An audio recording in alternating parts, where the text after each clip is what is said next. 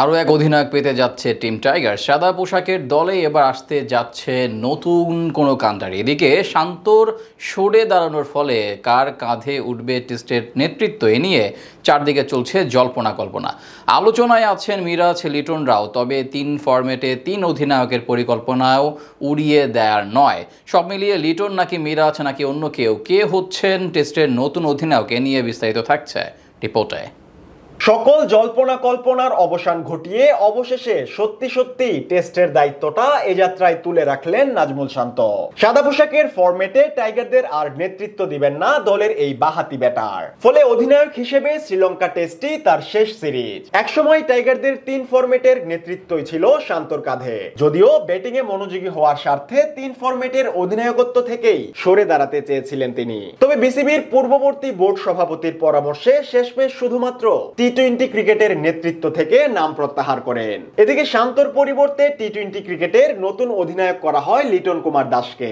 এর আগে শান্তর অবর্তমানে ক্যারিবীয় টি-20 সিরিজে নেতৃত্ব দিয়ে ওয়েস্ট ইন্ডিজকে হোয়াইট ওয়াশের মতন সাফল্য পেয়েছিল লিটন দাস। সেই সুবাদেই অধিনায়ক হিসেবে কপাল খুলে যায় লিটনের। এতটুকু পর্যন্ত সবকিছু ঠিকঠাকই চলছিল, বাকি দুই ফরম্যাটের নেতৃত্ব ধরে রেখেই এগোচ্ছিলেন নাজমুল শান্ত। তবে বিপত্তি ঘটে চলতি মাসে 12 তারিখ নতুন বোর্ডের সিদ্ধান্ত অনুযায়ী টাইগারদের ওয়ানডে ফরম্যাটের নেতৃত্ব থেকে সরিয়ে দেয়া হয় শান্তকে। তার পরিবর্তে নতুন অধিনায়ক করা হয় মেহেদী মিরাজকে।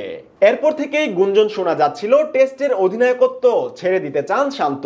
অবশেষে সেই গুঞ্জনের পালেই হাওয়া দিলেন টাইগারদের টেস্ট অধিনায়ক। কলম্বো টেস্টের পরই জানিয়ে দিলেন নিজের আনুষ্ঠানিক সিদ্ধান্ত। তাই সাদা পোশাকের জন্য এবার নতুন নেতৃত্ব নিয়ে ভাবতে হবে বিসিবির। পরবর্তী সিরিজের জন্য অধিনায়কের দায়িত্ব তুলে দিতে খুঁজতে হবে নতুন কোনো মুখ। তাই কে হচ্ছেন টাইগারদের নতুন অধিনায়ক, কার কাঁধে উঠছে সাদা পোশাকের দায়িত্ব, এ নিয়ে চারদিকেই শুরু হয়েছে জোর আলোচনা।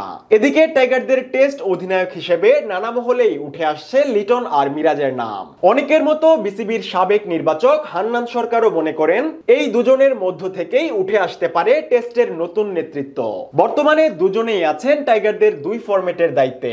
সেখান থেকে টেস্টের অধিনায়ক হিসেবে কিছুটা এগিয়েই থাকবেন মেহেদী মিরাজ। সবশেষ জিম্বাবুয়ে সিরিজেও তিনি অসাধারণ বোলিং এবং ব্যাটিং দেখিয়ে নজর কেড়েছেন সবার। মাঝে মধ্যেই সহ অধিনায়ক কিংবা পার্ট টাইম অধিনায়কের দায়িত্ব নিতেও দেখা গেছে দলের এই অলরাউন্ডারকে। তাছাড়া অধিনায়ক হিসেবে মিরাজের সক্ষমতা নিয়েও প্রশ্ন নেই কারো। তাই আপাত দৃষ্টিতে ওয়ানডের মতো টেস্টের দায়িত্ব নেয়ার দৌড়েও অনেকটাই এগিয়ে থাকবেন মেহেদী মিরাজ। অন্যদিকে লিটনের সম্ভাবনাও কম নয়, তাকে নিয়েও চলছে জোর আলোচনা।